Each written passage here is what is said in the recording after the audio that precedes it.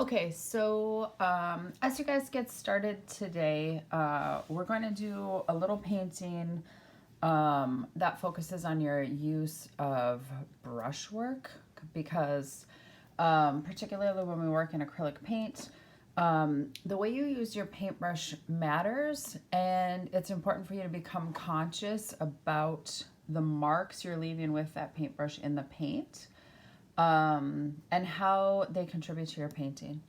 And so it's a lot like in painting one when we painted the apple and we thought about using vertical brush strokes for the table, the vertical brush strokes for the wall, horizontal brush strokes for the table, and rounded or curved brush strokes for the apple.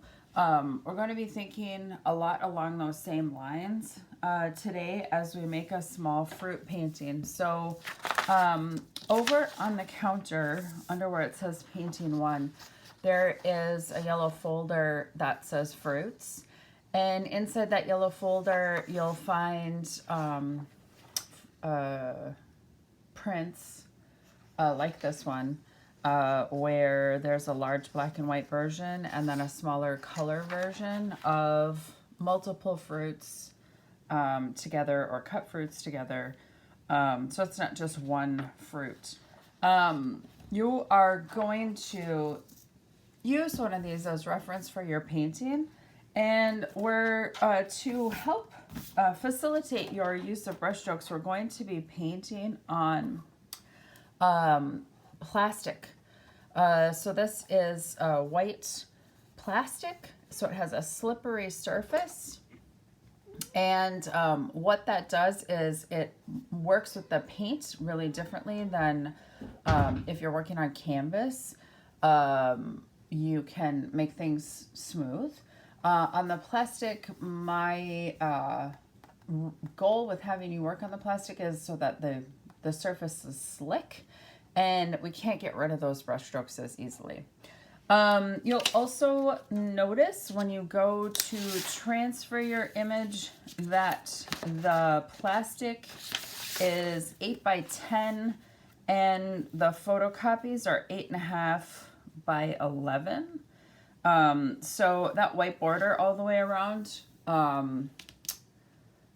doesn't matter, right? There's a little white border that goes all the way around the images, so you can go ahead and line your plastic up with that. But you do want to think about you cut about 1 inch off, so you can see there's 1 inch cut off over here. So you do kind of want to think, which inch is the better inch to cut off, which side is more interesting. And then you don't want to have it get awkward. So if I'm doing the sliced oranges here, I could cut off this side, right? It just cuts off the slice. And then I still have this, interesting negative shape that happens in my painting. I would not want to cut this inch off, because then what happens is that my painting will stop right here at the edge of this orange and it will just look a little odd, okay? So you do want to make sure you're thinking about your composition, your use of space as you go to transfer your image, so that you're not making like a weird juxtaposition. Like I said, if I transferred this here, it would cut it off so that that would be the edge of my painting. And that would look a little strange. So I'm better off cutting off this side. So you do have to think a little bit before you go ahead and transfer that image onto the sheet of plastic. I've gone ahead and transferred these lemons, and they are on here and ready to go. Like any time we make a painting, you do want to make sure that your reference images stay out and visible, right? I'm going to use both the black and white and the colored one, just because I need to make sure that the values match. The color doesn't matter so much as the value matching, okay? It's the shadows that are more important. It's the shadows that'll help your painting look good. The color doesn't really matter. So you guys should have some paint left over from Friday when we painted along with Bob Ross. There is still a little collection of the tubes on the back counter. One thing I do need to make sure to remind you of is that on Friday, all of, and I know we were in a hurry, but all of the lids got left off of the tubes. And I did put all of those back on. But if you do have to go back and get yourself more paint today, you do want to make sure that you are closing all of the paint tubes up so that they don't dry in the tube. Another reminder as we move on to acrylic paint is that paint does not go in the sink. The paint turns to plastic. It turns to plastic in the sink. So we don't want to be putting any paint in the sink at all. We want to make sure that we are putting all of our paint in the trash if we have to swap out paint at all. Okay. And then another thing I'm going to think about doing is my reference photo here, the background is white. It's got some shadows on it that I do obviously want to keep. But I want to think about how to make my painting more interesting than my reference photo. And so I'm going to be thinking about using a color scheme with my painting. And so here are actually the only 4 colors that I'm going to use to make my entire painting. I have, I might have to get some brighter white. This is called Unbleached Titanium. It's not quite white, it's kind of a buff colored white. I have Diazonine Purple, which is a really dark purple. I have yellow, and I have a color that's called Green Gold. That I may or may not use. It's very, very possible that the only 3 colors I'll use to make the painting are these 3 colors. It is a complementary color scheme, right? All of the examples on the board in the classroom are also done using just a complementary color scheme. No more than 4 paints, okay? So I want you to really think about limiting your paint palette or your color palette as you begin this painting, because it will, really help your painting work get a little better if you start thinking about and making some conscious color choices, rather than just willy-nilly using all the paint that's available to you. So what I'm going to do is I am going to start in the background. I do want my lemons to be realistically yellow. And what that means is I'm going to go ahead and make the background be a very, very soft purple. But remember, the rules of white paint are such that I am going to add my dark color into my light color. So I'm going to take this titanium or buff over here onto my palette, and I am going to take the tiniest little bit of purple. And you see it's like hardly any purple at all in the very corner of my paintbrush, and I'm going to mix those together over here. That is the only way you actually make a light color. Too many of you think that you can get a really light color by adding the white to your color, and it will never happen. This way I get to control how light my paint is. So I just had to go back and grab a little bit more of that purple to make it be just a little bit darker, because I wasn't super happy with the level of dark. And now I do have a nice purpley tone.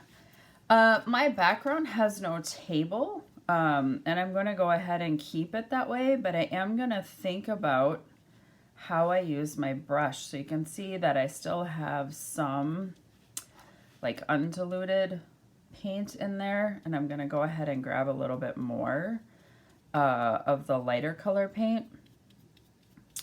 And I'm going to leave a little texture in my background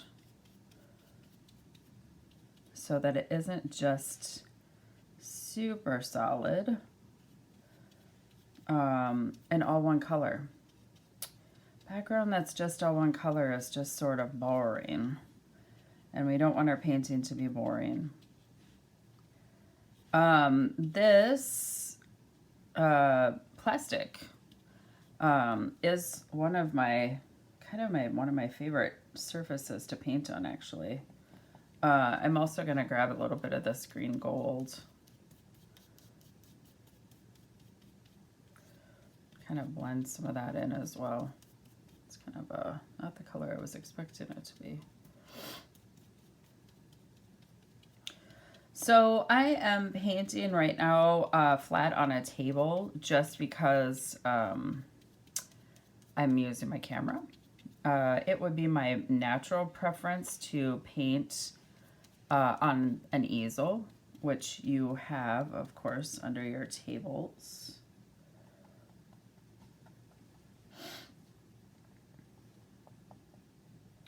So you can see I'm going to take a little bit more of this purple and mix it in. The reason I'm doing that is I have some of these shadows that are between my lemons, and so I want to make sure that I have like a darker color kind of ready and that I can use for those shadows that are between the lemons. One other thing that we talked a little bit about when you guys were painting along with Bob Ross, but not a ton, was the idea that you can soften edges. So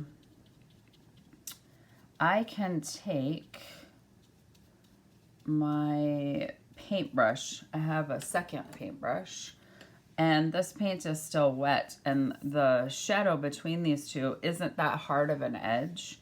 And I can take a clean, dry paintbrush and I can blend that edge so that my shadow fades just the same as it does in the photograph. So you can see that that clean, dry paintbrush is enough to soften the edge of that shadow line so that it isn't as hard. So that's something to keep in mind as well, that you want to make sure that you're thinking about what we call lost and found edges or hard and soft edges as you're working, so that we have some of those different effects at play in your work.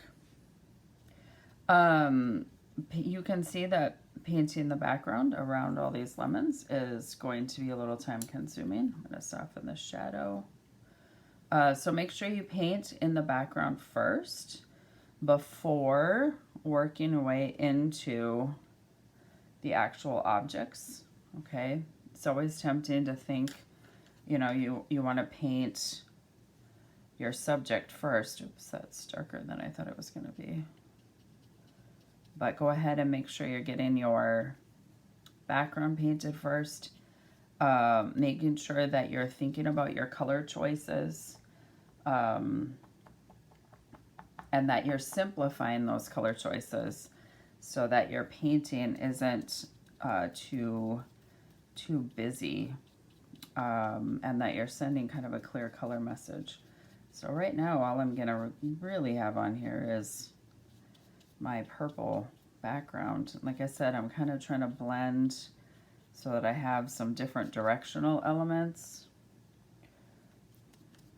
Add in some of this little bit of golden, but I don't want the background to get too yellow because I want my lemons to really stand out.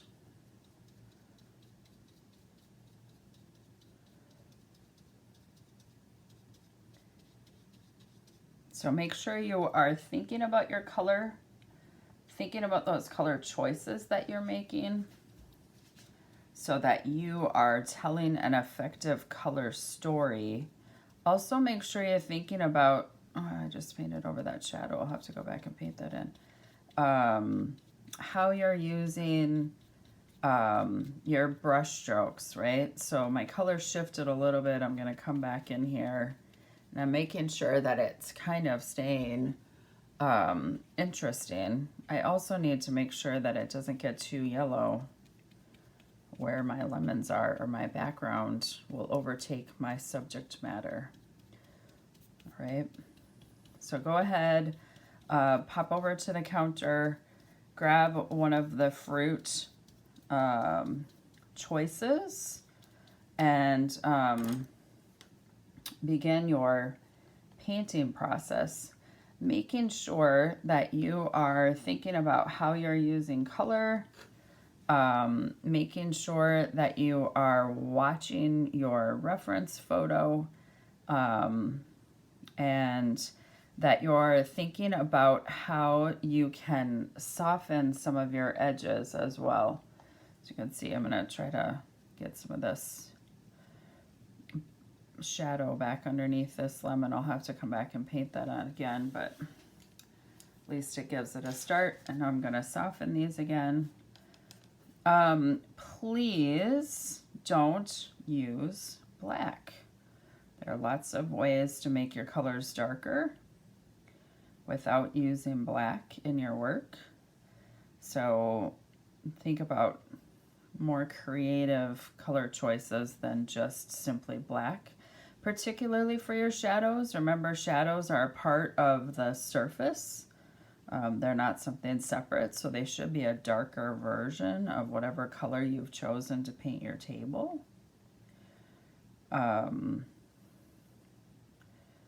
And there you go. Make sure you're having fun and playing with your brush strokes. You can see how I'm kind of doing a crisscross pattern in my background so that I have that sort of visual texture as I'm working my way across the painting.